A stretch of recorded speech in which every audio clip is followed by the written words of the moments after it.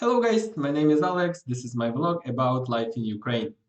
And you are watching Life in Ukraine Digest, a topic where I tell you about recent events.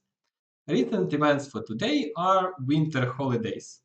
Today I'll tell you why Ukraine celebrates approximately 100% more winter holidays than most countries and how the war affected those celebrations.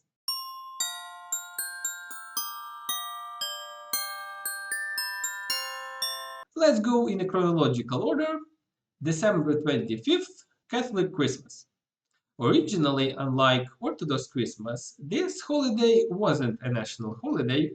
About 1 out of 10 Ukrainians is Catholic, which is a lot, but other 7 out of 10 Ukrainians are Orthodox, which is why Christmas in Ukraine was celebrated according to Orthodox tradition on January 7th.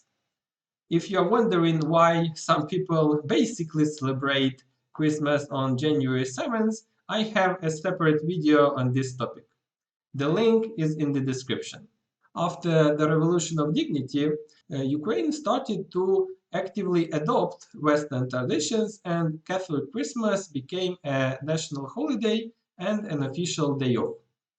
Orthodox Christmas, however, continued to be a national holiday because religious traditions is not the thing that you can easily change by just issuing a new law, and the Ukrainian government didn't want to upset 7 out of 10 Ukrainians. This is why in Ukraine we officially celebrate 2 Christmases and have 2 Christmas days off.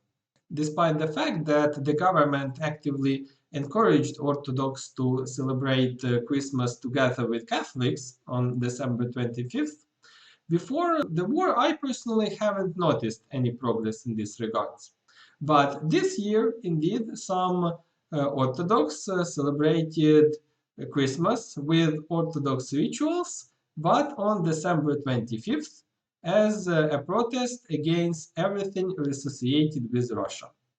By the way, Russian military forces also congratulated Ukrainians with Christmas by several missile attacks. One of the air raids was even caught on my video about Christmas walk in Kiev. Check it out if you haven't seen it yet. The government warned that there might be massive shellings and new blackouts that day. During the war, Ukrainian government warns about possible massive shellings before every holiday, but fortunately it didn't happen.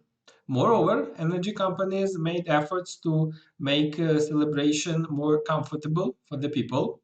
They cut off power to industry and increased power supply to households. So on Catholic Christmas, we had electricity for the whole day.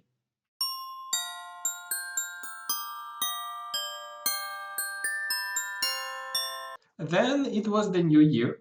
The New Year started traditionally with kilometer-long lines in grocery stores.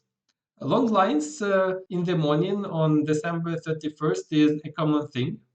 Every person in post-Soviet space believes that if you go shopping on the last day before major celebration, but if you do this in the morning, it's a very smart idea and nobody else would think of it. Yet this year it also made practical sense.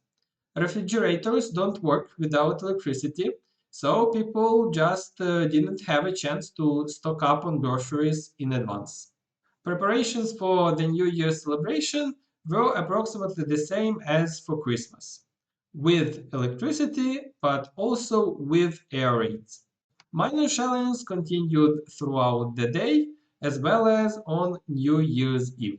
Fireworks and other pyrotechnics are currently banned for obvious reasons, so Ukrainians met the New Year 2023 literally with the sounds of air raids.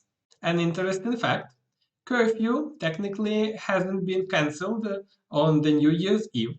So restaurants in Kiev come up with an original idea how to give their clients the opportunity to celebrate the New Year the way they are used to. Until 11 p.m. on December 31st, They worked as usually, letting their clients in. Then, when the curfew started, they closed, pretending not to work, while their clients stayed inside and continued celebrating. Sorry, continued celebrating.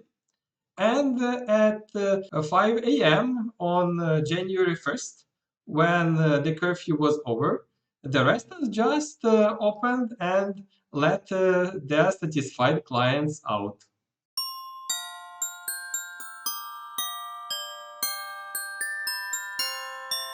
Orthodox Christmas was probably the most normal winter holiday this year. Russia declared the Christmas truce that day and the day before, so there were no missile attacks.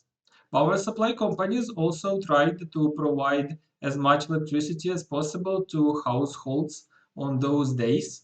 Even the weather, which was more of a springtime on the New Year, pleased people with snow on Christmas. I personally can add that it was a great relief to live a few days in a familiar, peaceful atmosphere without air raids, unpredictable blackouts, and anxious reading of the newsfeed. It's amazing how little a person needs to be happy when they live in a dire straits.